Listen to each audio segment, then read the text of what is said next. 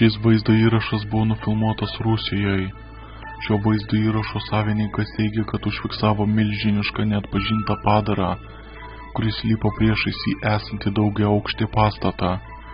Kaip jūs manote, ar šis vaizdo įrašas yra tikras? Kas tai per padaras?